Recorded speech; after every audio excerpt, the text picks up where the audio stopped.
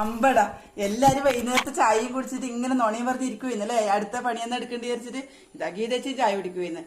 ഇതാ എന്റെ ഗീതച്ചിന്റെ പലഹാരം ഇതാണ്. പഴംപൊരി മറ്റേതന്ന് സുഖിയൻ ഉയർന്നു പടി ഇതെല്ലാം ആക്കണം എന്ന് ആഗ്രഹം ഉണ്ട്. അനങ്ങാൻ മേടിച്ചതൊന്നും ആക്കിയിട്ടില്ല. ഇത് പിന്നെ ചെറുപയർ കറി ചമ്മന്തി. നിങ്ങൾ വിചാരിക്കും ഇതെന്ന സാധനം ഇഡ്ഡലിയല്ല പുട്ടല്ല, ഇതൊരു പ്രത്യേക സാധനമാണ്.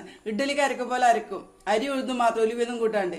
എന്നിട്ട് പിന്നെ ഇഡ്ഡലി പാത്രത്തിൽ ആവി തട്ടും വെച്ചിട്ട് അതിൽ വാഴയിലയിൽ എണ്ണയും പുരട്ടിയിട്ട് അതിലെല്ലാം കൂടി കോരി വയ്ക്കും. ഒരു വലിയ അപ്പം, ആനയപ്പം എന്ന് പറയും നമ്മൾ പണ്ടില്ലവര്. ഇഡ്ഡലി ആക്കിയാൽ ഭയങ്കര മെനക്കെട്ട പണിയാന്ന് നീ പാത്രം കഴുകല്. ഇതാകുമ്പോൾ ആവിത്തട്ടിൽ വെച്ചിട്ട് ആക്കിയാൽ മതി. എല്ലാം ആയി കഴിഞ്ഞാൽ എലിയങ്ങ് എടുത്ത് ചാട്ടിയ സുഖം. ഇതെന്റെ അമ്മ ആക്കി തരുന്നതാണ്. ഭയങ്കര ടേസ്റ്റ് ആയിട്ടാ വാഴയില ഇതും. പിന്നെ പയറും പിന്നെ ചമ്മന്തിയിലും കഞ്ഞിക്കാക്കിയതാണ്. ഉച്ചക്ക് വേറെ കറിയൊന്നുമില്ല. നിങ്ങൾ ഓരോരു മേച്ചില്ലാത്ത കറിയല്ലേ ഗീത ചെയ്ത് സാരമില്ലാന്ന്. ഇത് ഭയങ്കര ടേസ്റ്റാണ്. നിങ്ങളൊന്ന് ട്രൈ ചെയ്ത് നോക്ക്. അടുക്കളയിൽ പണി ഈസി ആവും. പുതിയ കുഞ്ഞു വീട്ടിൽ നാളെ വരെ നിങ്ങൾ സ്വന്തം ചെയ്തിട്ട്. ബൈ.